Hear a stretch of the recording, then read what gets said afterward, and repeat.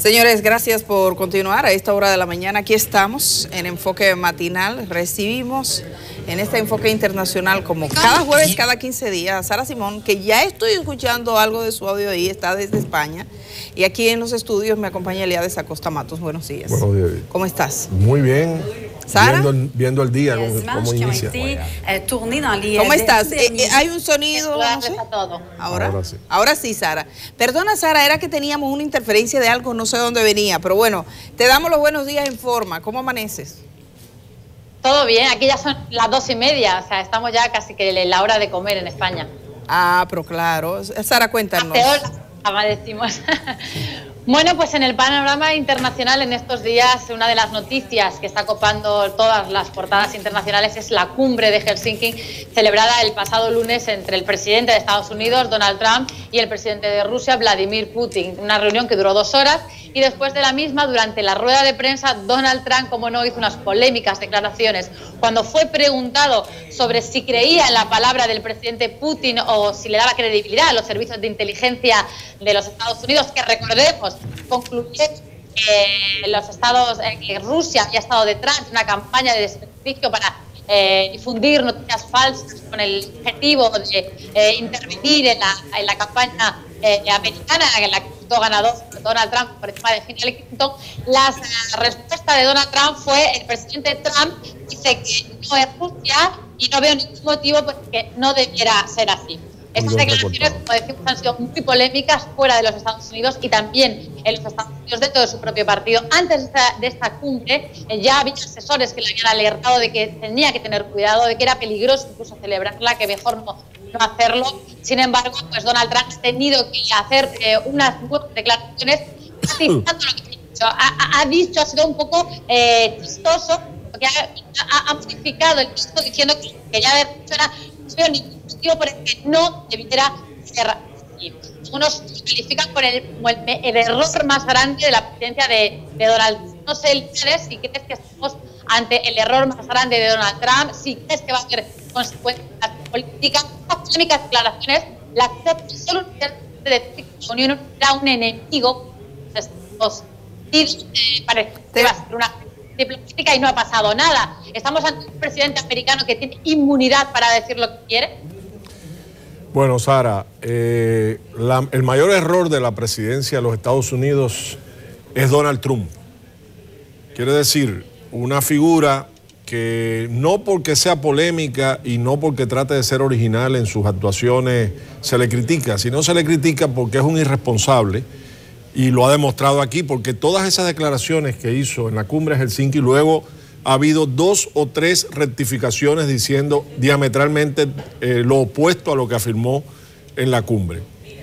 Quiere decir, nosotros por lo menos, hasta donde entendemos la política, tiene que haber coherencia y seriedad para que un líder tenga credibilidad, y más un líder de alcance mundial como es Donald Trump, presidente de la potencia más importante del mundo. Por esa razón, el error cometido, en mi opinión, es uno más. No va a tener ninguna especial relevancia, aunque haya gente del Partido Republicano como John McCain que haya dicho que esa es una traición del presidente. Sí, que no es raro, va consustancial a su personalidad. Sí, y va a haber errores garrafales mayores todavía, porque es que Trump es una persona errática, una persona que no tiene convicciones y que no tiene información. En el fondo realmente demuestra ignorancia en la mayoría de los temas que toca.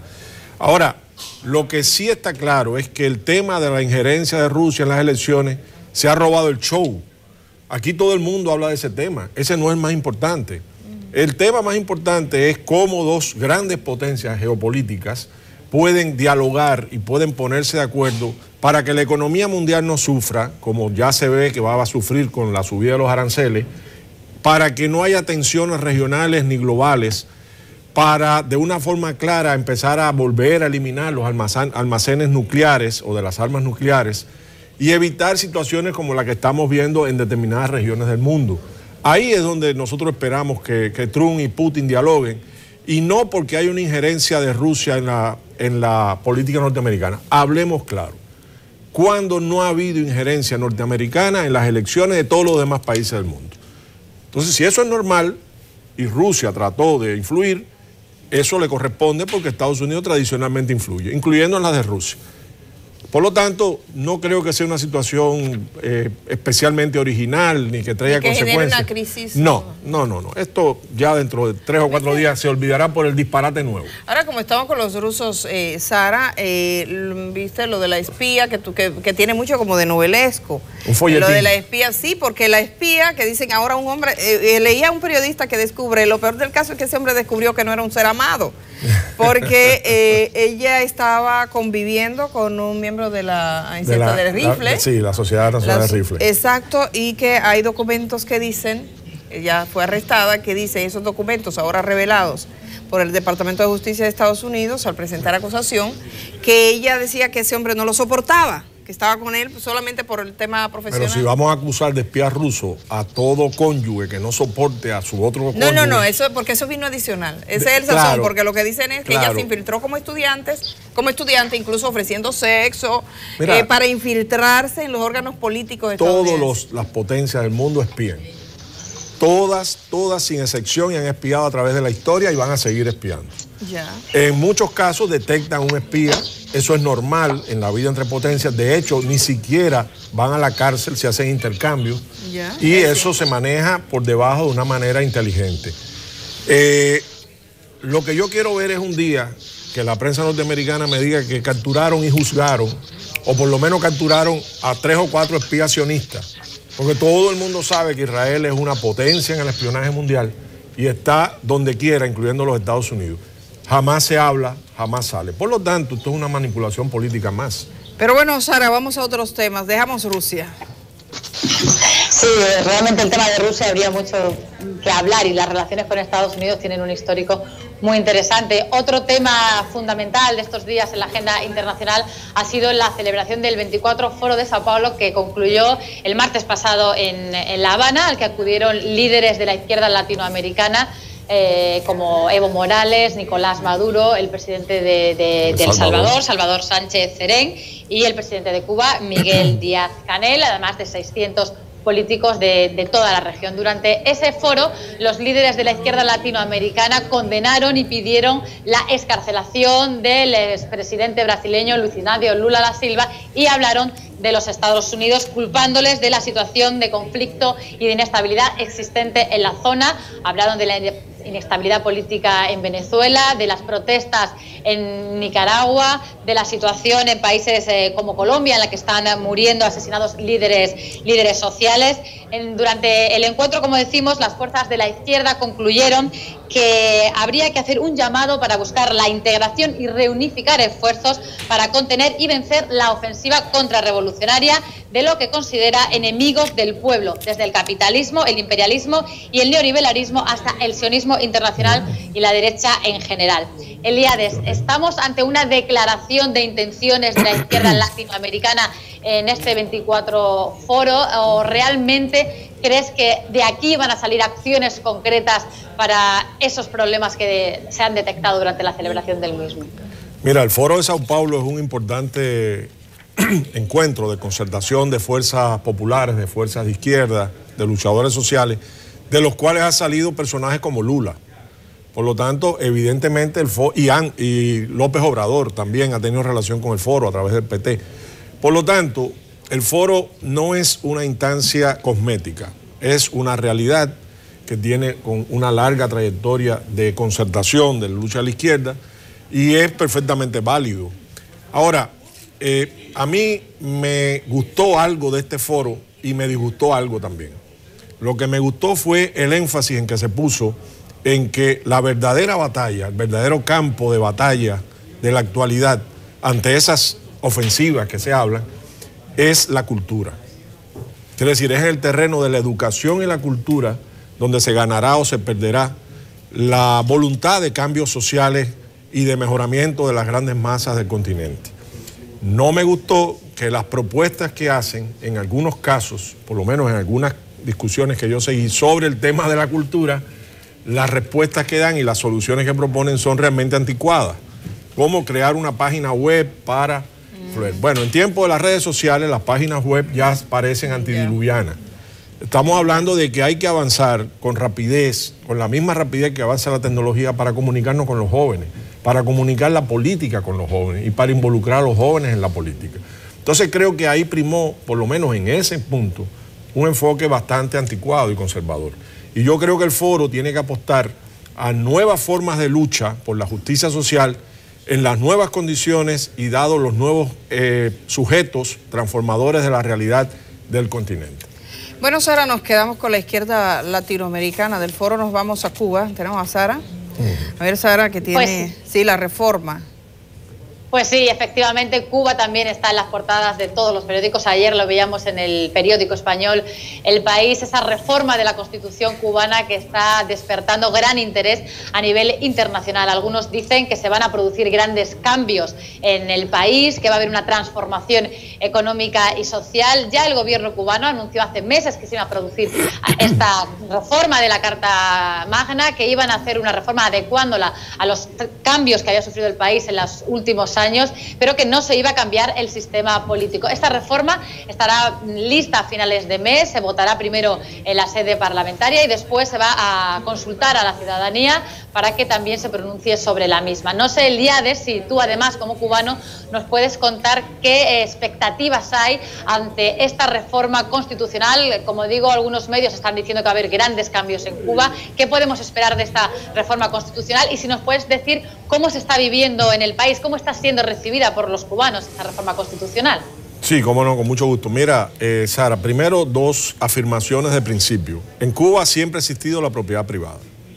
Después de la revolución y por supuesto antes de la revolución. Por ejemplo, una buena parte de la producción agrícola está en manos de privados, llamados pequeños campesinos o pequeños agricultores, que mantienen sus tierras y producen. De todas formas, de lo que se habla aquí es de darle un protagonismo mayor en la política perspectiva del gobierno cubano a las inversiones extranjeras, de lo cual ya siempre también habían hace mucho tiempo inversiones extranjeras, sobre todo españolas, y de darle un carácter constitucional a esa propiedad para que reciba garantías y reciba respaldo. En este momento en Cuba hay 500.000 trabajadores por cuenta propia, 500.000, hace menos de un año o dos habían 140.000. Fíjense la rapidez exponencial en que está creciendo y lógicamente la política mundial, la historia más reciente nos dice que la combinación, porque pongamos los pies en la tierra en el mundo en que vivimos, no es el ideal que querríamos vivir, es el que vivimos. Un mundo globalizado con un predominio absoluto del capitalismo en las relaciones comerciales, internacionales y financieras. Por lo tanto, tú tienes que, sin renunciar a tus principios ni a los beneficios que tu sistema le ha dado a la población, por la que se ha luchado tanto, tú tienes también que aceptar que la economía tiene que funcionar y ahí la propiedad privada juega un papel. ¿Cuáles son los dos límites que se han puesto? Bueno, algunos técnicos, por ejemplo, que en un paladar, que son pequeños restaurantes o restaurantes que ya tienen fama internacional, porque la reina de España, la anterior reina de España fue a uno, porque Obama fue a otro, y funciona muy bien. No más de 50 personas. Es decir, no pueden ser de 100, 200 personas, sino más 50 personas. Y segundo, que no puede haber testaferros. Quiere decir que no puede haber más de un negocio y que ese tiene que ser de verdad propiedad de quien lo promueve, no de un segundo o tercer persona que esté detrás, que esté aportando el capital y que a lo mejor tiene muchos negocios. Yo creo que además se significa que el auge económico producto de estos cambios no va o no debe repercutir en la esfera política de una manera directa.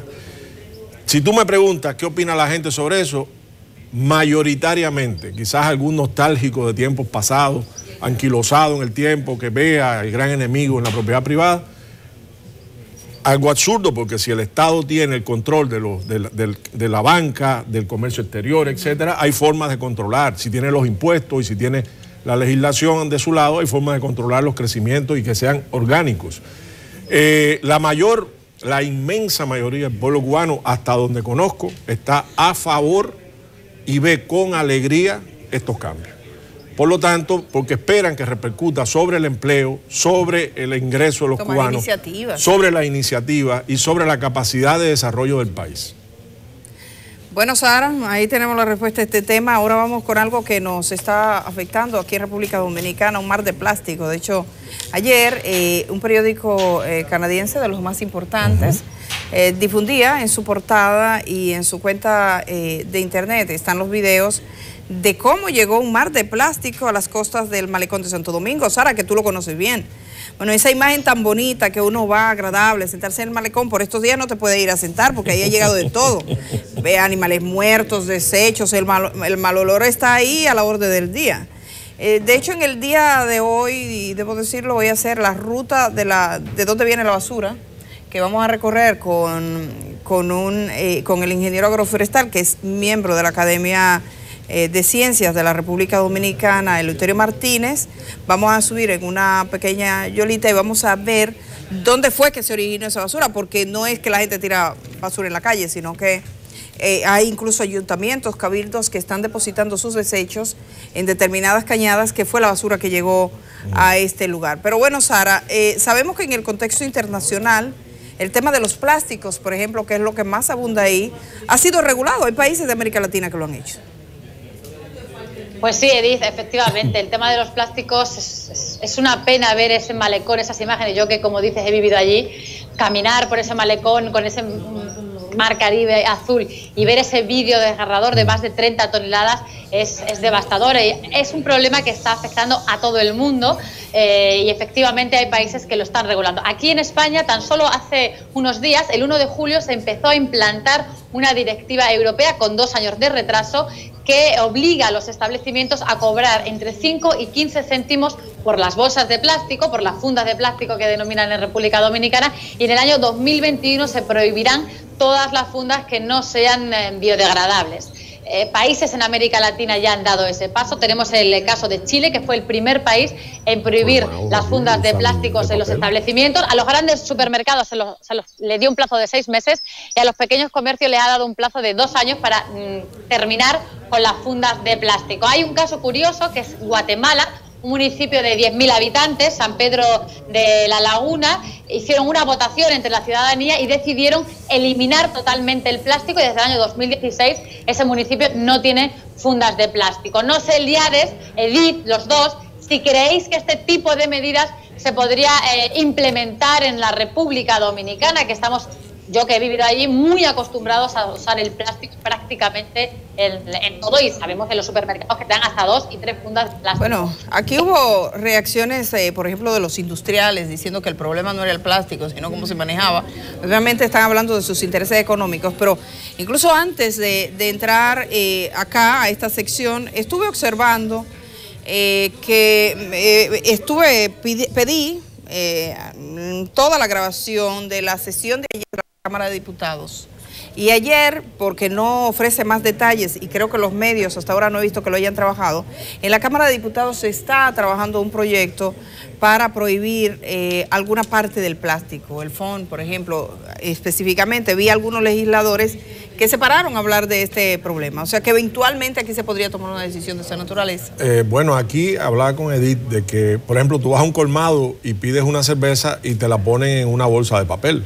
Sí. No te la ponen. En los colmados, el pequeño negocio, el pequeño... No es el problema. No es el problema. Y desde siempre ha tenido una actitud ecológica porque sus ingresos y sus apetencias económicas son limitadas porque es un pequeño negocio.